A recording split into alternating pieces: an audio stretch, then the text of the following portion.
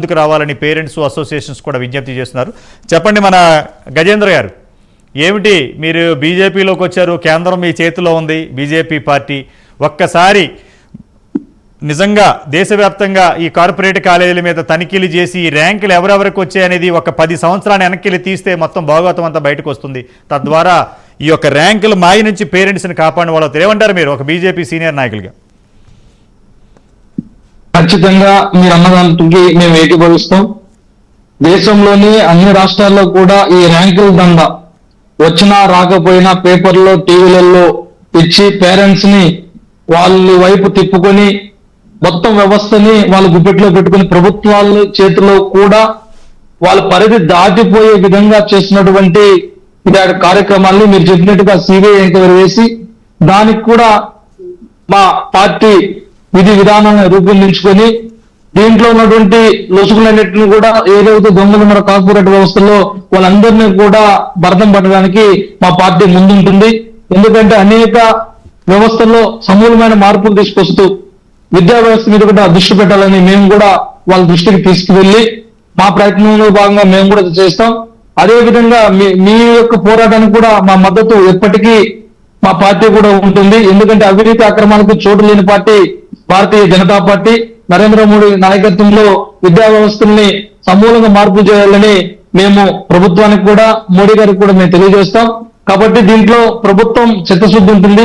అదే విధంగా కింద స్థాయిలో అవినీతి అక్రమాల దందాలు మన చెట్టుకి వేర్లు ఏ విధంగా అయితే భూమిలో పాతుకుపోయి ఉంటాయో ఆ విధంగా పాతుకుపోయి ఉన్నాయి.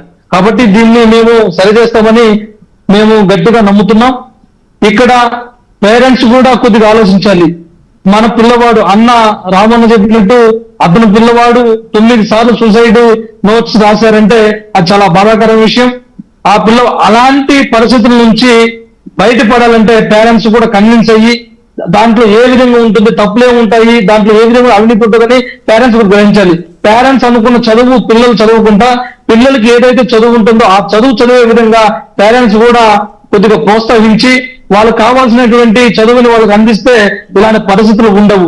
ఎంతసేపు ప్రభుత్వాలు అధికారుల మీద నెపం నెట్టుకుంటా పేరెంట్స్ కూడా కాస్తో కూస్తో మానవతా దృక్పథంతో పిల్లలకి బంగారు భవిష్యత్తుని ఇస్తామని ఒక భ్రమలో వాళ్ళని నరక కూపంలోకి నెట్టకుండా కాపాడాలని మేము మనవి చేస్తున్నాం.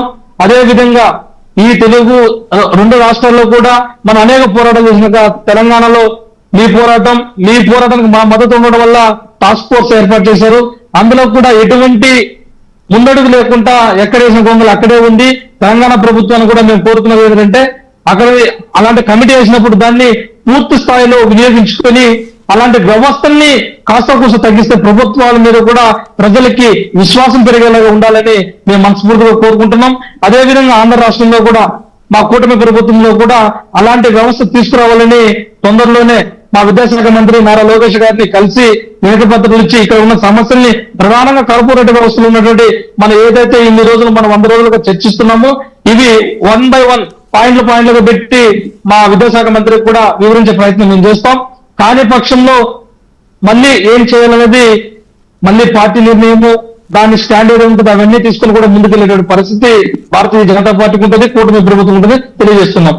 ఓకే ఇది ఈ రోజు స్పెషల్ డిబేట్. ఈ డిబేట్లో పాల్గొన్న బత్తుల రాము గారికి అలాగే మన గజేంద్ర గారికి, ఫోన్ ఇన్లోకి వచ్చిన ధోండ్ర కుమారస్వామి గారికి ధన్యవాదాలు. ఏదేమైనా తెలుగు రాష్ట్రాలుగా దేశవ్యాప్తంగా ఈ ర్యాంకుల దందా వల్లే కార్పొరేట్ కాలేజీలు రోజుకి కుప్పలు తెప్పలుగా పెరిగి కోట్లాది రూపాయల అవినీతి దందాకి పాల్పడుతున్నారు.